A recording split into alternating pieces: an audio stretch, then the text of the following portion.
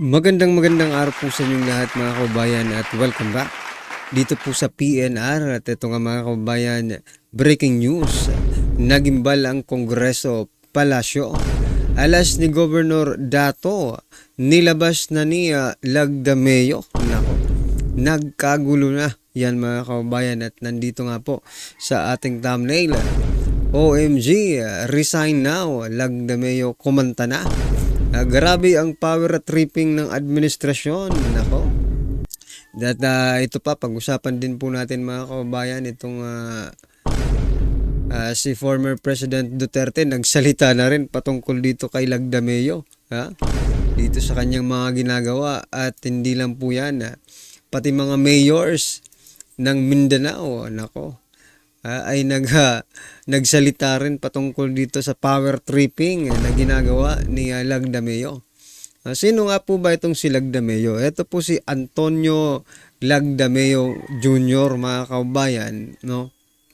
Siya po ay yung asawa ni Don Solueta, no? Na official po ngayon ng ating gobyerno, appointed by the president bilang isang special assistant to the president, no? SAP.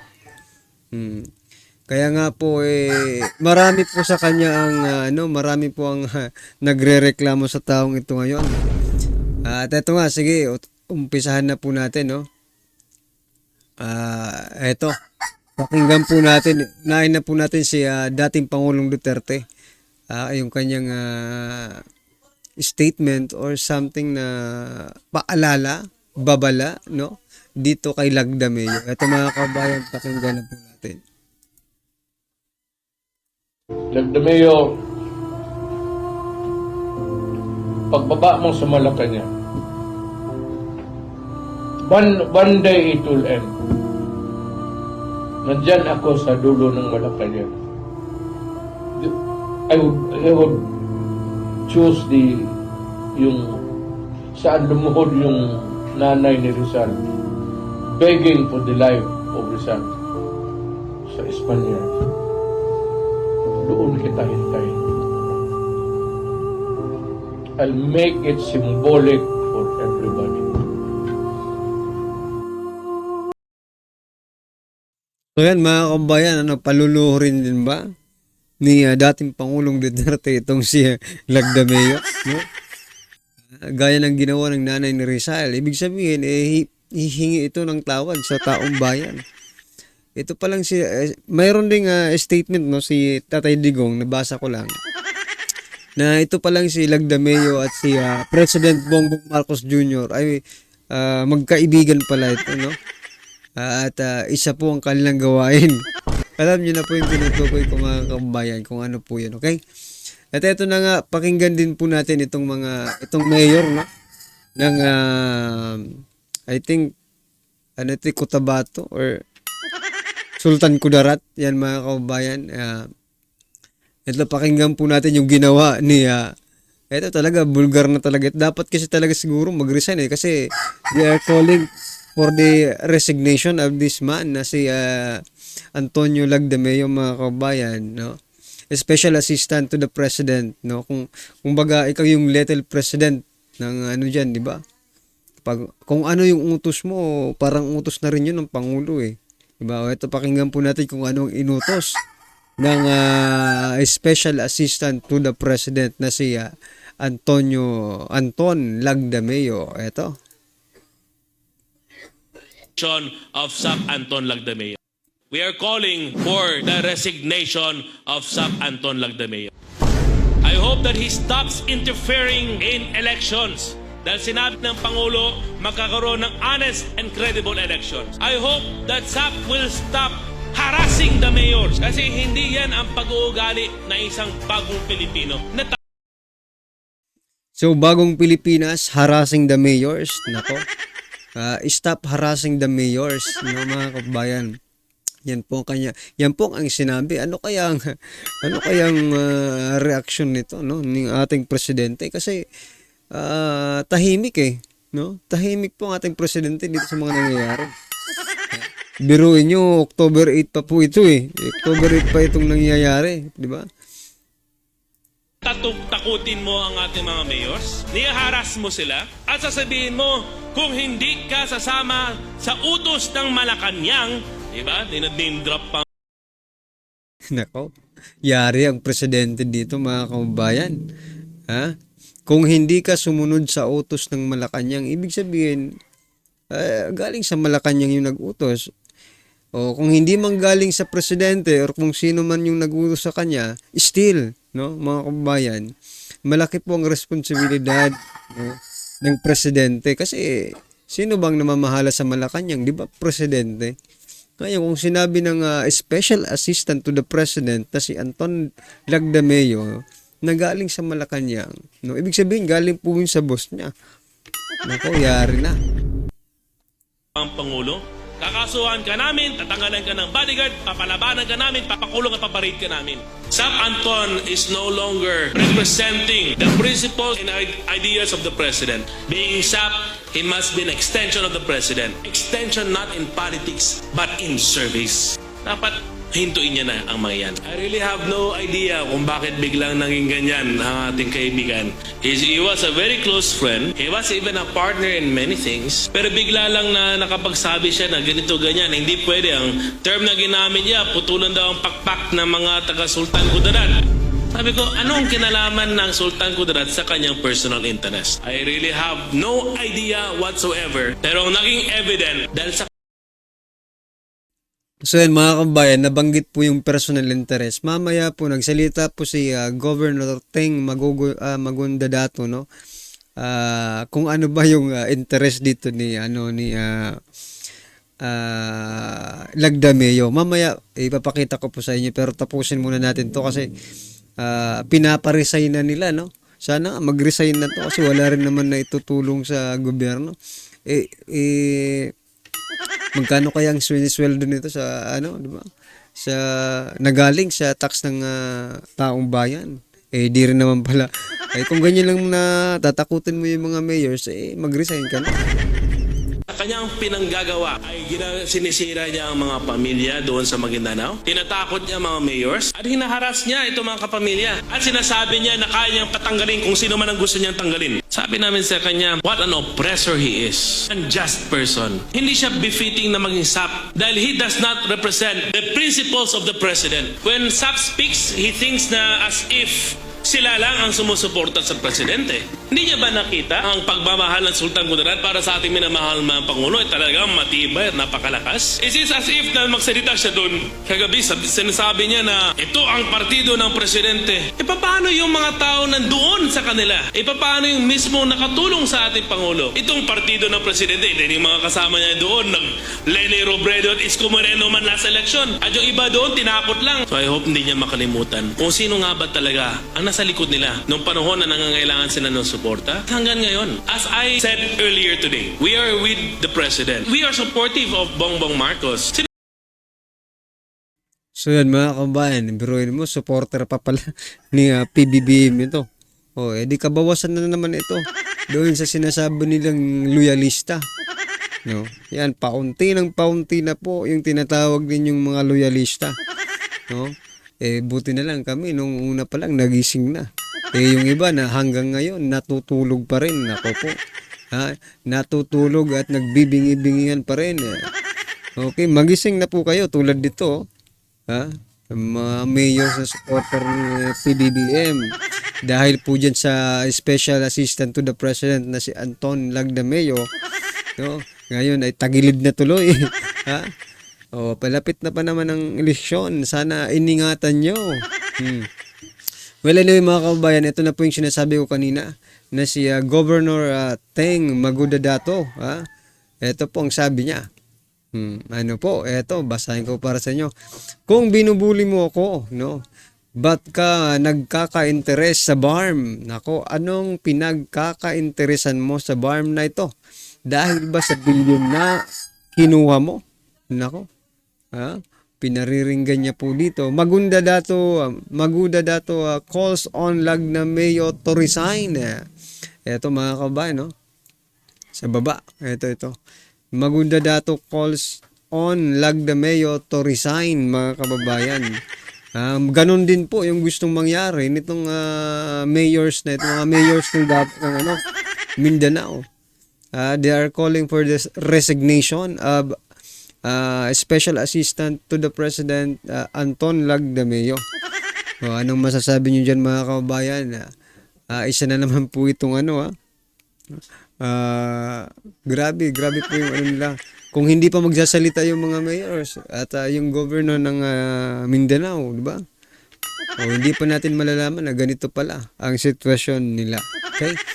At ito na nga mga kababayan, sama-sama sabay-sabay po natin pakinggan na panoorin at bigyan ng komento ang video ito.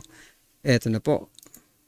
Ito ang balita ngayon, trending at pinag-uusapan ngayon sa mundo ng social media. Ang di umano'y balitang kahit anong pilit niyong tinatago ang katotohanan ay sadyang walang baho ang hindi aalingasaw. Matapos nag-trending ang shocking revelation sa mundo ng social media, ang video kung saan ay tila kumanta na umano ang kasalukuyang Special Assistant to the President na si Antonio Lagdameo at tila dinamay pa umano ang Malacanang ayon pa sa marami sa ating mga kababayan na ang baho na pilit na tinatago ay nagkalabasan na raw at nabunyag ang katotohanan tungkol sa ugong-ugong na totoo talaga na may nangyayari di umanong pangungontrol o power tripping ang nasa loob ng Malacanang. Gaano kaya ito katotoo mga kababayan?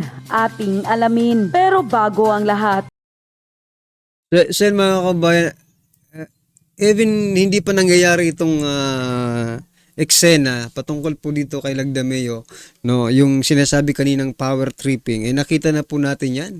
No? Nakita na po natin yung power tripping ng administrasyon dito po sa ginawa nila sa KOJC, di ba? Masasabi bang hindi power tripping yung ginawa nila? Biruin mo 2,000 plus PNP officers, di ba? Pinadala para mag-serve ng warrant of arrest kay Pastor Apollo Kibuloy. Diyan pa lang masasabi na natin pag-abuso talaga sa kapangyarihan, no? Power tripping, kumbaga. Biruin nyo mga kababayan, doon nga sa nangyaring di ba, kay Noynoy Aquino, former President Noynoy Aquino, doon sa SAP 44, di ba? Yung aarestuhin nila doon, terorista, di ba? Si Marwan. Ilang pulis lang ang at saka ilang pulis lang ang pinadala nila. 44 mga kababayan. Biruin nyo yan. 44 lang tapos dito nako, dyan pa lang talaga masasabi na natin this is an evidence of power tripping, no? Pagkukontrol sa kapangyarihan o pag-abuso sa kapangyarihan. Nako. kung bago ka pa lamang sa aming channel, please huwag kalimutang mag-like, subscribe at i-click ang notification bell para mas maging updated ka palalo sa lahat pa ng bagong video na i-upload namin. At eto na nga mga kababayan, tila nagkabulgara na nga ang nasa loob ng Malacanang matapos nagtrending sa mundo ng social media na tinakot daw umano ng Special Assistant to the President na si Anton Lagdameo ang mga mayor ng Bangsamoro, Autonomous Region in Muslim Mindanao o BARM nang hindi lamang nito sundin ang di umano ipinag-uutos ng Special Assistant to the President na si Lagdameo at tila ikinanta pa nito na galing pangaraw di umano ang utos sa loob ng Malacanang. Ito pa ang mas nakakagulat. Governor Ali Mangudadato, binasag na ang katahimikan at harapang isiniwalat sa publiko at tahasang nanawagan na pinagbibitiw na ang asawa ni Don Solweta dahil sa di umano'y power tripping o tila pangkokontrol raw nito. Ito ang trending video online ngayon at pinag-uusapan sa mundo ng social media na kung saan ay hindi nakapagtigil ang gobernador ng Bangsamoro na si Governor Ali Mangudadato nang tahasang ibinulgar nito ang tunay na ugali di umano ng kasalukuyang Special Assistant to the President na si Anton Lagdameo. Sa kanyang nasabing live video, nanindigan at harapang pinatunayan ni Governor Ali Mangudadato na ang lahat ng di umano'y power tripping o pangungontrol ni Lagdameo ay nakakabahala na. Lalo't tila pinipilit pa daw umano nitong pakialaman ang desisyon ng mga mayor ng Bangsamoro para daw tila sundin ang mga di umano'y pag-uutos raw ng Palasyong Malacanang. Ayon So yan na nga mga kabayan, siguro nakakaugulian na ito na kapag hindi ka sumunod, no, sa utos ng nakaupo ngayon, di ba? Wala, may kalapagkakalagyan ka talaga, no? Nakita na rin na po natin ito na nangyari na. Before this, mga kabayan, nangyari na po ito sa Kamara, di ba? Kapag hindi ka sumunod kay Speaker Romualdez, no? Tingnan niyo yung nangyari kay Congressman Marcoleta, 'di ba? Tinanggal po sa lahat ng committee na kinabibilangan niya. At yung iba vice chair pa siya. Tinanggal po kasi bakit? Hindi po sumusunod si Congressman Marcoleta sa kung anumang kagustuhan nila. Na panggigipit, kung ano man, 'di ba? Ang ipagawa nila para siraan si Vice President Sara Duterte at maghanap ng kung ano-anong ebidensya, no, para kasuhan, and for grounds, no, for impeachment. Nakita na po natin itong ginagawa nila. Na kapag hindi ka talaga sumunod, may pagkakalagyan ka. Ganon din ba siguro ang gustong gawin ni Special Assistant to the President Anton Lagdameo dito po sa mga mayors na ito? Sabi nga kanina ay puputulan ng mga pakpak. Aba, matindi to. pa sa nakakagulat na pagbubunyag ni Governor Mangudadato. Tila pinagpupuntirya daw kasi ni Lagdameo ang mga mayor ng Bangsamoro at tinatakot pa raw kung hindi susunod sa kagustuhan ng Malacanang. Sa darating na halalan ay tila papakasuhan daw nila umano ang mga mayor ng nasabing region. Matapang at harapang sinagot pa ni Governor Mangudadato kay Lagdameo. Ano raw ba ang tinutukoy nito at posibleng may mangyayari bang dayaan kaya tila pinipwersa nila ang mga mayor ng Bangsamoro. So yan mga kabayan, siguro ko ito naisip ko lang bigla mga karabin natin. Di ba kasi yung Maisog Rally may mga mayors din po na diba, tawag dito sinuspinde, di ba? May mga local officials no na kung saan doon sana mag-assembly yung Maisog Rally. Then sususpinde yung mga mayor. Kagagawan rin ba ni Lagdameo yon? Nagtatanong lang po kasi parehas po yung pattern na ginagawa 'di ba? Parehas po yung pattern na ginagawa ni Special Assistant to the President Anton Lagdameo. Doon sa mga nangyari pong suspension ng mga local officials na kung saan no nag-organize po ng Maisog Rally. What do you think mga kababayan? Siya ba ang may nasa likod no?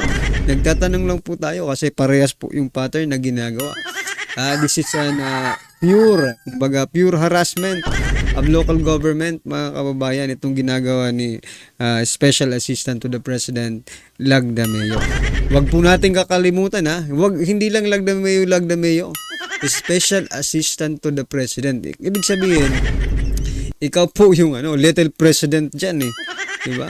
Kung ano ang sabihin mo, parang yun na rin po ang sinabi ng presidente. Kaya kailangan dapat po kayong mag-ingat. Not unless mga kababayan, kung talagang, diba, yan ay pinag-utos ng presidente. Hindi ka rin naman siguro magsasalita ng ganyan, no? Special Assistant to the President Anton Lagdameo, hindi ka naman siguro magsasalita ng ganyan kung hindi ka inutusan ng presidente. Sino ka ba para mag-utos ng ganyan? Wala ka naman appointed ka nga lang hindi ka naman elected ng Pilipino. So lahat ng sasabihin mo, it is coming from the president. Tama ba mga kababayan? Well, anyway, ano man po ang inyong reaksyon, opinion, or kritisismo sa video ito, ay comment lang po sa baba para at least alam po ng ating mga kababayan ang inyo pong opinion. Maraming salamat po.